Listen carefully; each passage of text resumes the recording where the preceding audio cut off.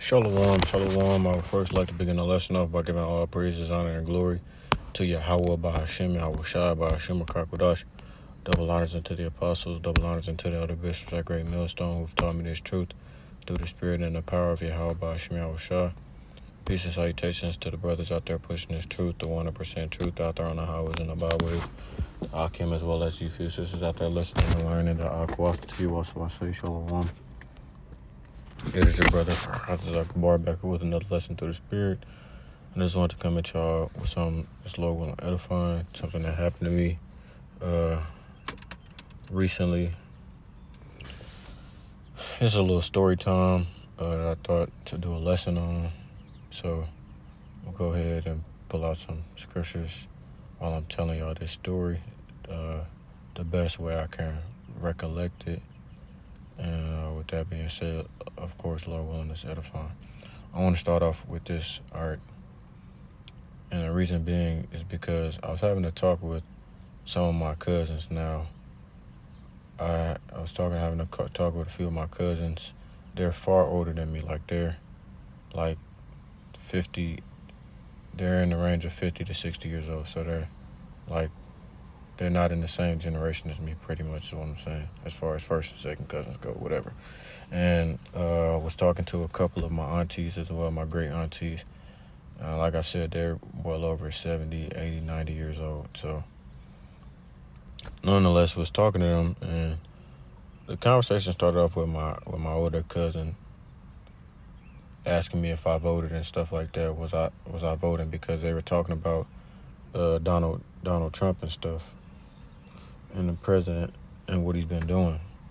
And I told him, I said, no, I don't really get into politics. Like, I follow it, of course, because at the end of the day, it's part of my job of being a watchman. But to go and vote, I don't do that, because I know that the people's vote doesn't matter. Even without the truth, if you took any high school American government class, they would tell you that the electoral college and the popular vote, between the two, the only one that matters is the electoral college when it comes to voting for who's in presidency. But he was talking about voting, local elections and stuff like that. And I told him, I was like, he was saying that it's important to vote for, people in local offices, because, they'll help you, or they might want to get in the office and help people and stuff like that and make a difference. All that good stuff. And, I kind of just told him, like, it's with who runs the show, right? Of course, we know that two horns are the same head. The Democrats and the Republicans, they work for the same person, right? They work for the same group of people, so to speak. But I was kind of telling him, I said, a lot of these people, and I know representatives personally that are in the U.S. House of Representatives, who may have had good intentions and stuff like that before they got in the office, but once they get in the office, all of them are compromised, right? They're pretty much all Zionists, so to speak. They either have done a deal with AIPAC or they're being funded by AIPAC, so they have to follow the way or the rule of what the ish people tell them to do, right? America is being run by them, right? People are starting to realize that more and more. That's not a secret or anything like that. So I just want to get this. This is Deuteronomy 17:15. It says, "Thou shalt in any wise set him king over thee, whom Yahweh thy God shall choose. One from among thy brethren shalt thou set king over thee. Thou mayest not set a stranger over thee, which is not thy brother." All right, so when it comes to voting, which I don't agree with the voting, like I said, electoral college is what trumps the votes, because you've had people who win the popular vote and they didn't even get the presidency. So, but I don't see a point in getting into it. Of course, older black folk will say, "Oh, well, we fought for the right to do this and that." I'm gonna be honest, I don't really care about that, because at the end of the day, this isn't our country, nor is this our resting place. We're gonna be in the kingdom of heaven very soon, and the Lord's going to appoint judges, right, and rulers who he wants in place. So, but nonetheless, though, just brought this out just to show y'all that we aren't, as a people, supposed to even vote for people who are not of the house of Israel, right? So you should not be voting for anyone that does not fit that. That includes Barack Obama. He's not even a Jake, he's a Hamite. So as much as Jake loves him because he's quote unquote the first black president, or the first brown president, whatever you want to say, that doesn't matter. You know, he's not of our people. We can get into NLT. If this happens, be sure to select as king the man of Yahweh your God chooses. You must appoint a fellow Israelite. He may not be a foreigner. And so we were talking about that. Of course, I didn't go as deep as to say that, but I told him, these Ish people run the world, right? He was asking me, why is this? And stuff like that. Like I mentioned to him, number one, I said the things that Donald Trump is doing in office right now, he's fulfilling his role.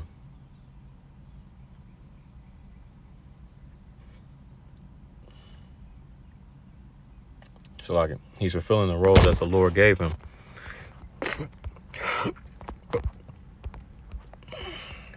Which we know his role is being a cruel Lord. In that conversation, we also talked a little bit about, my auntie mentioned how she's like, the Bible mentioned these things, right? Because she's talking about how the penny is finished being minted and stuff like that. They're not making any more pennies. And she's like, it's because they're trying to get rid of the dollar and coins as a whole.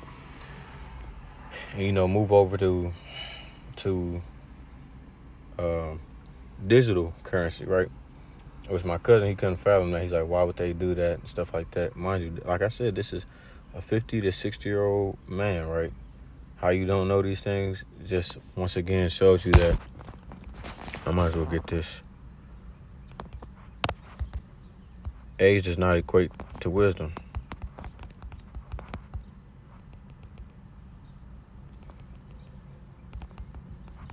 I can't remember exactly how the scripture goes. Job 32:9. It doesn't equate to wisdom, right? Now, mind you, these people that I'm talking about in this story, they are actual real people, and I know for a fact that my pops, Adabir Abad, has mentioned to them numerous occasions for years about the truth, right? The things that are about to come to pass in the world. Okay? So they know the truth. This isn't anything new to them. This isn't anything they've heard. And I didn't even go as far as to go deep into the scriptures or really even repeat what he's already said or what I may have already said, because like I've said, there's no point of continuing to go to that point, right? As you go in the truth, you get wiser and wiser, and you just get tired of telling people the same stuff over and over again. It comes a point where you're just gonna shut the hell up and not even mention it. But this is Job 32:8. It says, "But there is a spirit in man, and the inspiration of the Almighty giveth them understanding," right? Which is the elect, man. Lord willing, we be at that number. For me to be in my 20s, my early 20s, and I have more wisdom than people who have, more spiritual wisdom. Not talking about worldly wisdom, but more spiritual wisdom and prophetic wisdom than people who have been on the earth 40, 50, 60, 70, 80 plus years, whatever, than me, is a blessing. It says, great men are not always wise, neither do the aged understand judgment, right? So they don't understand, of course, they don't understand why, the things that are going on in the world are taking place, because the Lord have not put that spirit on them. All right, so they're a little bit confused. They may have bits and pieces, which some of the things that they were saying were correct, but they don't know the whole truth. It's pretty much what I'm getting at. So I told him, I said, he's just fulfilling his role as the cruel Lord. Isaiah 19:4, right? It says, "And the Egyptians, which are Americans, will I give over, into the hand of a cruel Lord, and a fierce king shall rule over them, saith the Lord, Yahweh of hosts. Right, so that's what I was mentioning when I told him about that, Donald Trump being that cruel Lord. And if you read above that, it just goes into how Babylon the Great is gonna go into a civil war. Right, so we're talking about that, he's a cruel Lord, he's fulfilling his place. And then I mentioned Job 9:24. Because he's asking me why is it that way, that these people have to fall under their rule. Like I said, all of these presidents, they all got to take that oath where they put their hand on that wall and they wear the small hat, right, pledging their allegiance to the unrecognized state of Israel, right? They're all compromised. So there's really not much you can do. It doesn't matter who you put in office, whether their intentions are good before they went into office or not. They all work for the same wicked boss. Job 9:24, though, I told him this. I said, the earth is given into the hand of the wicked. He covered the faces of the judges thereof. If not, where and who is he, right? So they've done pretty much saying they've done a good job of hiding themselves from this very fact, right? And as we get into these latter days more and more, people are starting to recognize who the wicked is of the earth, and the fact that they're controlling it. But of course, you still have people who don't see that or realize that. So, we were talking about that, and we kind of started just going into, just different topics, like how, let me think what my auntie said.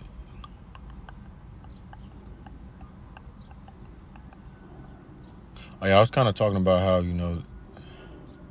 how these people, they're cold-blooded, talking about Esau, Edom. They don't care about the well-being of the people over here, right? Like I said, I said this in my lesson before, they spend billions of dollars on war efforts and stuff like that, but then you have people out here who are homeless. They're trying to ban homelessness, and people are unemployed and things of that nature. But like I said, I told them, I said they don't care about the common folk. They don't care about the people out here who live in this country, and they agree with me.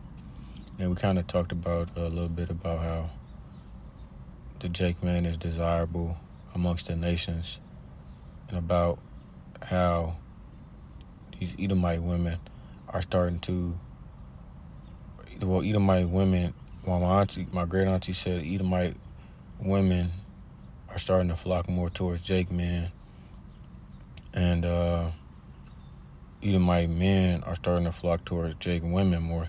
And she was saying that they don't like the effect, and deep down part of it,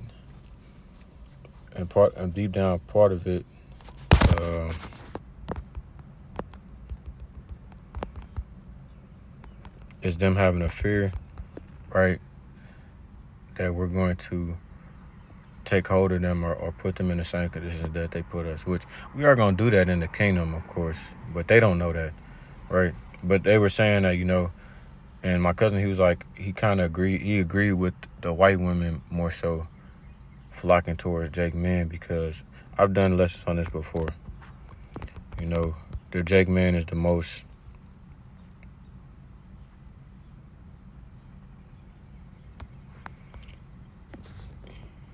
that the so-called black man, the Jake man, is the most desired among all the men of the nations. And I'm not sure if this lady was my cousin or not, because I don't I think she might have been a lady friend of my cousin. Nonetheless, though, she was pretty much breaking it down. Like, she was like, if you think about it, really though, like, the black man is the best looking, the best, well put together, whatever option out of all the men. Because my great auntie kind of was talking about how black men majority will stay with black women, but they also will venture off into the other nations, which is nothing wrong with that. It's just certain nations we can't deal with, like such as Hamites and stuff like that, certain Hamites.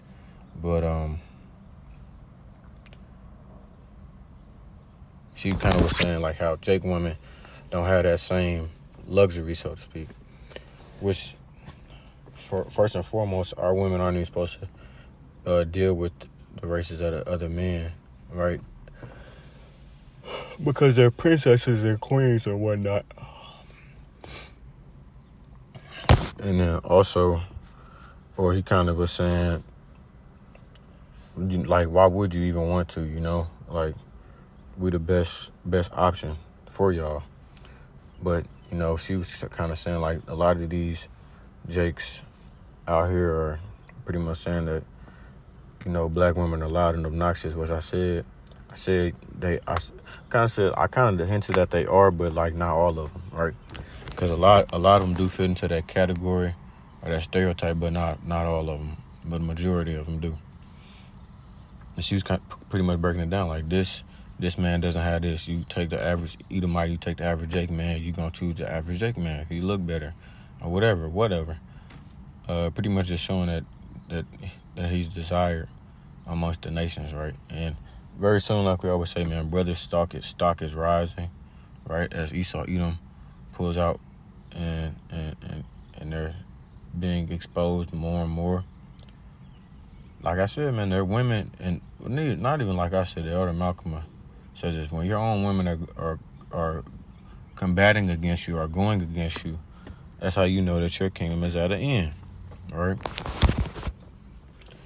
But they don't like that, man. They don't like the fact that their women are flocking towards Jake, man. And I said, part of it, of course, was when all that stuff was happening in Minneapolis, the Edomite men were not sticking up for their women, and they took that to heart. And my cousin said this. He said, these white women are divorcing white men every day. Multiple. Yeah, like a lot of them are quitting their husbands. But I wanted to get this, though, because she would, like my auntie said, she was telling me, she was like, they don't, a lot of them are scared because, like I said,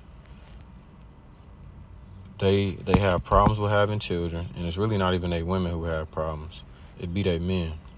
They're having problems with having children, which is why they try to get rid of contraceptives and stuff like that. Their numbers are going down. This country as a whole is just hard to have children in general because a lot of these women don't want to have them. They want to wait because the lady was talking about how I guess her daughter or something had broke up with her husband, and they were getting a divorce. She's in her later 20s, and I was like, she doesn't have much time left to be able to produce a child. But even then, with how the economy's going on, it's not even a good time to have children right now, as the scriptures say. You will be eating those babies very soon. These people who are having children out here now are going to be eating their children because that's how hard it's going to be out here. Nonetheless, though, they try to ban contraceptives, just going into eugenics pretty much because they've had, Edomites are going extinct pretty much. And they said this, the brown people are but they outnumber them already.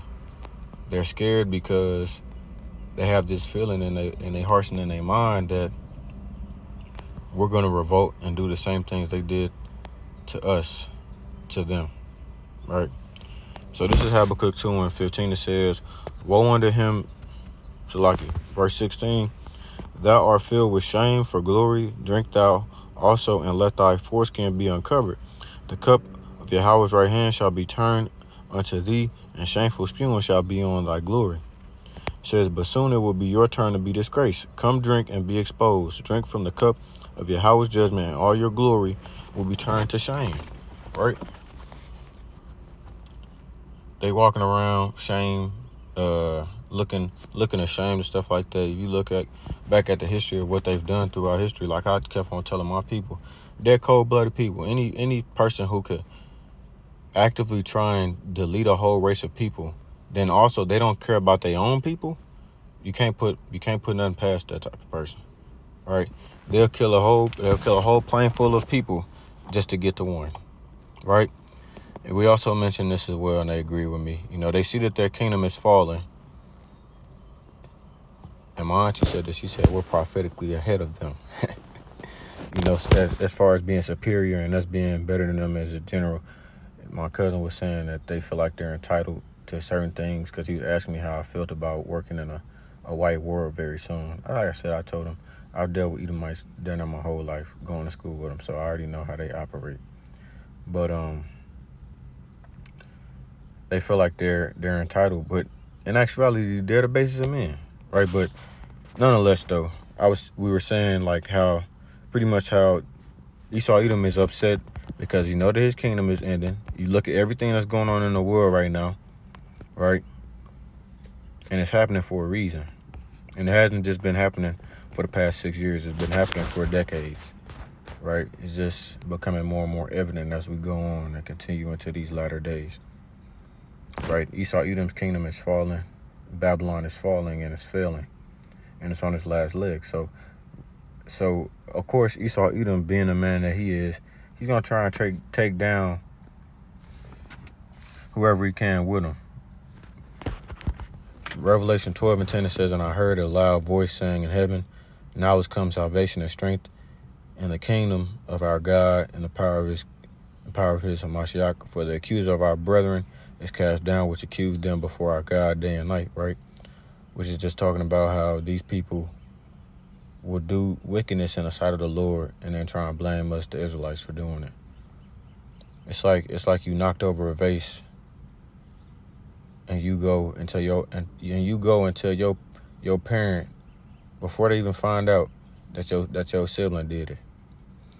It says, "And they overcame him by the blood of the Lamb and by the word of their testimony, and they loved not their lives unto the death." Here's my point. "Therefore rejoice, ye heavens, and ye that dwell in them. Woe to the inhabitants of the earth and of the sea, for the devil is come down unto you, having great wrath, because he knoweth that he hath but a short time," right? So all of these things that they're doing, spiking gas prices, going to war, sending people to war just to go and fight and die, whatever, making living conditions worse and worse, spreading forth pestilences throughout the earth, right? Trying to kill people off slowly. This is their attempt of lashing out, and coming down with great wrath. Let's see.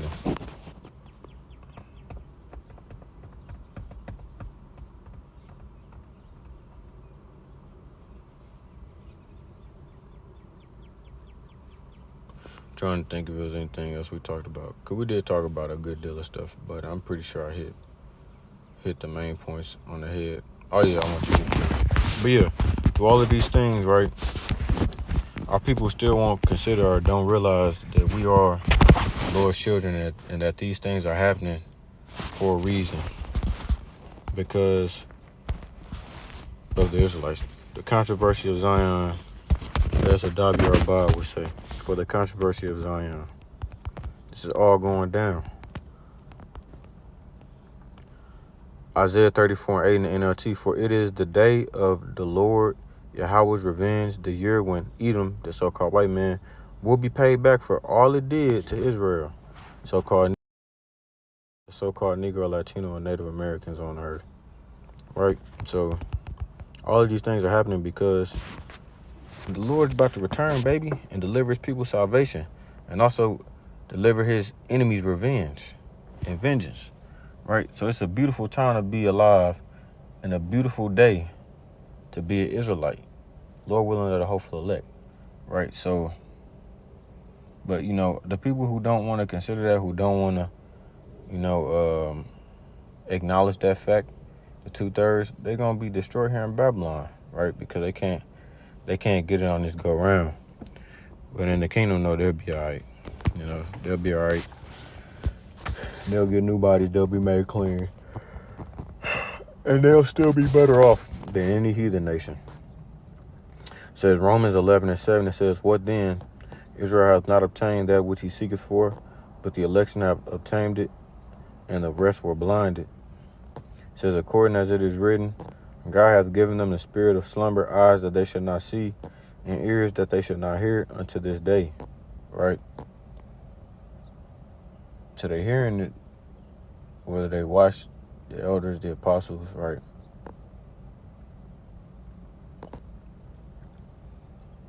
Or the brothers, they may hear it to go through one ear and out the other, right? As it says, many are called, but few are chosen. Many are called, but few are chosen. Like I always say, don't take the truth for granted, and be thankful that you have it, because me sitting in a room with 6, 7 other people, and they have no clue about what's about to happen.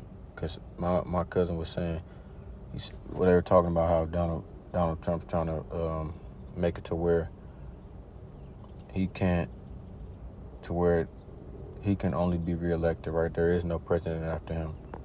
He was pretty much saying, as far as voting, why have they tried to stop us from voting so much? Why have they tried to limit black people so much? Because they know our power, man. You know, they know that we're a superior nation to them, and they've tried their hardest to keep us from the fact that it's truth, but it's come out. You know, you can't stop prophecy. Prophecy is evident. It's inevitable. You cannot stop prophecy. You could try and burn every Bible. You can try and destroy the book. This truth is always going to come out. But he pretty much is asking that, you know, he's like, I don't think it's going to be bad. You know, we'll be all right, right? It's not going to get much worse, or whatever he said. And I was like, I'm thinking to myself, I'm going to be all right, Lord willing. But y'all just don't know what's about to go down. You know, so like I was saying, man, you know, me sitting in this room with 6 or 7 other people, and they have no clue about what's about to happen on the earth, right? No idea at all, right? They're just in the dark. Don't take the truth for granted, man. So I could have been like any one of them, not knowing, in the spirit of slumber, right? I could be dead asleep, a child of the dark and not of the light. So with that being said, Lord willing, the lesson was edifying to those out there listening and watching. I'm going to close it off there by giving all praises, honor, and glory to Yahweh, by Hashem, Yahweh Shai, by Hashem, Akakodash. Double honors unto the apostles, double honors unto the elder bishops at Great Millstone, who've taught me this truth through the spirit and the power of Yahweh, by Hashem, Yahweh Shai. And until next time, I say Shalom, Israel, Shalom. And as always, we're one day closer to the kingdom, man. Keep pushing, keep pushing, keep pushing. Shalom, Israel, Shalom.